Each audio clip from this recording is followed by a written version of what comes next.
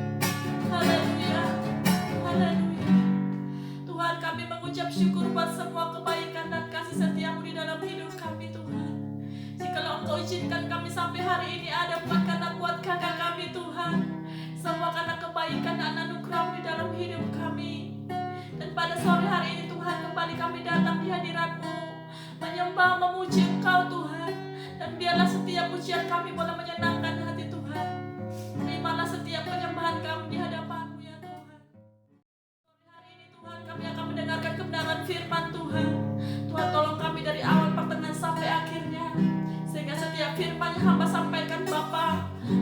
menjadi dupa yang harum, boleh menjadi kesaksian yang hidup.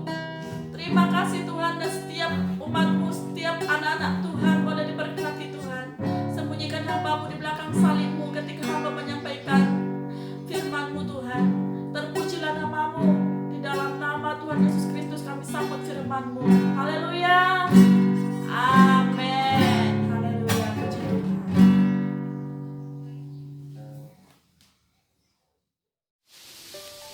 Shalom. Puji Tuhan, kita mengucap syukur kepada Tuhan sebab Tuhan sangat baik, amat baik dalam hidup kita. Pada sore hari ini kita akan sama-sama belajar tentang kebenaran firman Tuhan.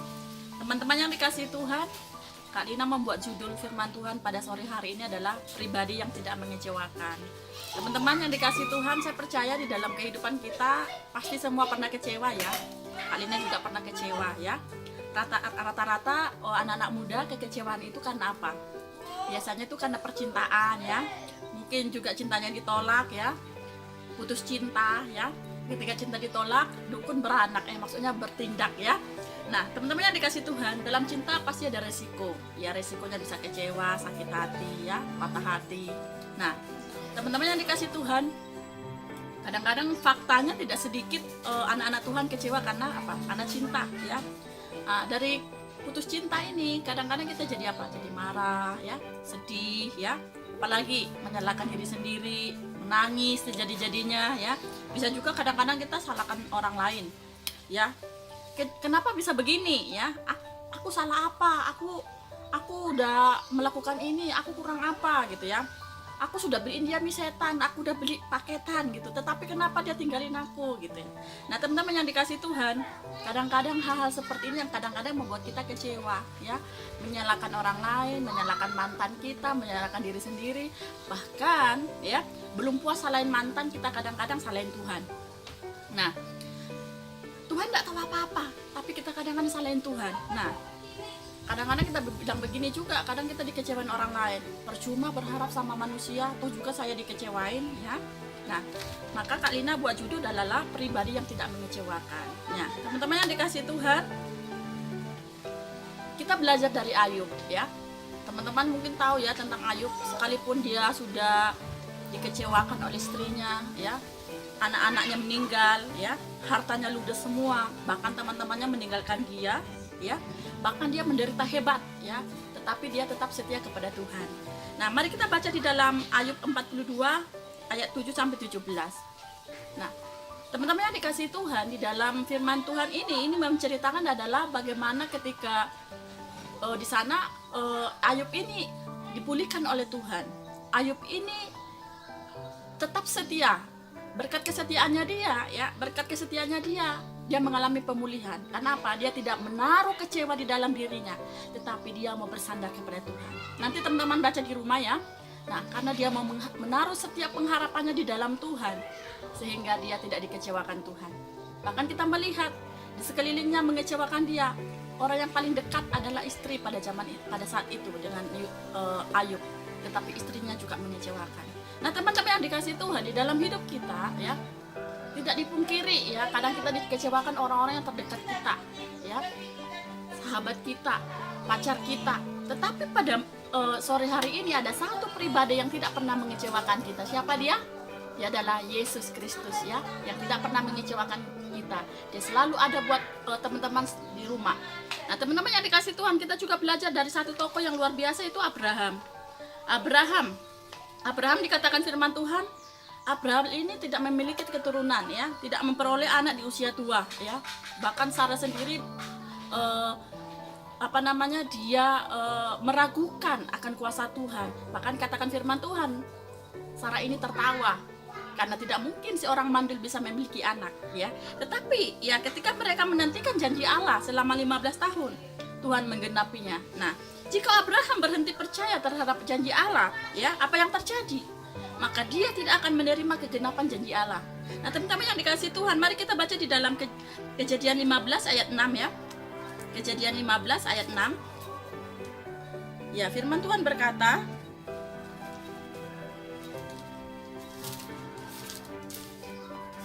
Kejadian 15 ayat 6.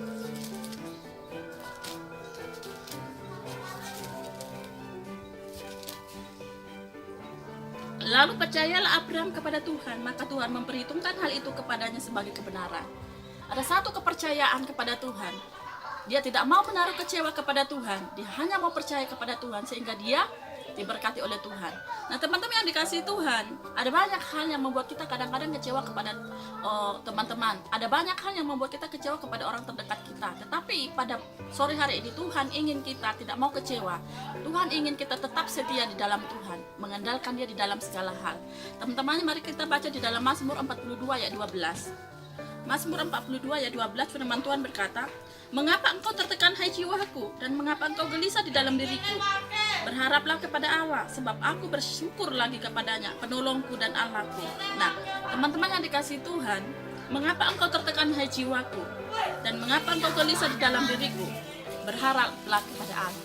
Pengharapan kita di dalam Tuhan. Jadi tidak ada alasan buat kita untuk kecewa. Sebab ada pribadi yang tidak mengecewakan kita, yaitu Allah sendiri, ya. Berikan kita kekuatan, berikan kita kemenangan di dalam Tuhan. Teman-teman yang dikasihi Tuhan, Paulus berkata bahwa pengharapan tidak mengecewakan. Dan bukan itu saja, pemazmur berkata bahwa hati yang patah dan remuk tidak akan dipandang hina oleh Allah. Nah, oleh sebab itu teman-teman yang dikasihi Tuhan, Allah yang kita sembah adalah Allah yang mengasihi kita, Allah yang peduli akan segala persoalan kita. Ia Allah yang bukan saja melihat kelemahan kita, namun juga turut merasakan kelemahan kita. Di dalam Ibrani 4 ayat 15 firman Tuhan berkata, Ibrani 14 ayat Ibrani 14 ayat 15 firman Tuhan berkata, "Sebab imam besar yang kita punya bukanlah imam besar yang tidak dapat turut merasakan kelemahan-kelemahan kita. Sebaliknya sama dengan kita, ia lebih dicobai, hanya tidak berbuat dosa." Teman-teman yang dikasihi Tuhan, firman Tuhan berkata, bukanlah iman besar yang tidak dapat turut merasakan kelemahan kita. Bahkan Tuhan sendiri ikut merasakan kelemahan-kelemahan kita. Oleh sebab itu, pada sore hari ini teman-teman yang dikasihi Tuhan, jika dosamu saja, jika dosa kita semua bisa ditanggung oleh Dia di kayu salib, bukankah itu menunjukkan bahwa cintanya begitu besar kepada kita? Nah, teman-teman yang dikasihi Tuhan, ketika kita lemah, berdosa, Dia bahkan sudah mencurahkan kasih-Nya dan memberikan apa yang tidak bisa kita lakukan untuk menebus dosa kita. Oleh sebab itu teman-teman, mari percayakan seluruh kehidupan kita kepada Tuhan. Katakan, aku mau berharap, aku memiliki Allah yang tidak pernah mengecewakanku. Oleh sebab itu, mulai hari ini, aku mau komitmen percaya seutuhnya di dalam Tuhan. Nah, puji Tuhan, teman-teman yang dikasihi Tuhan, biarlah firman Tuhan ini boleh menguatkan kita.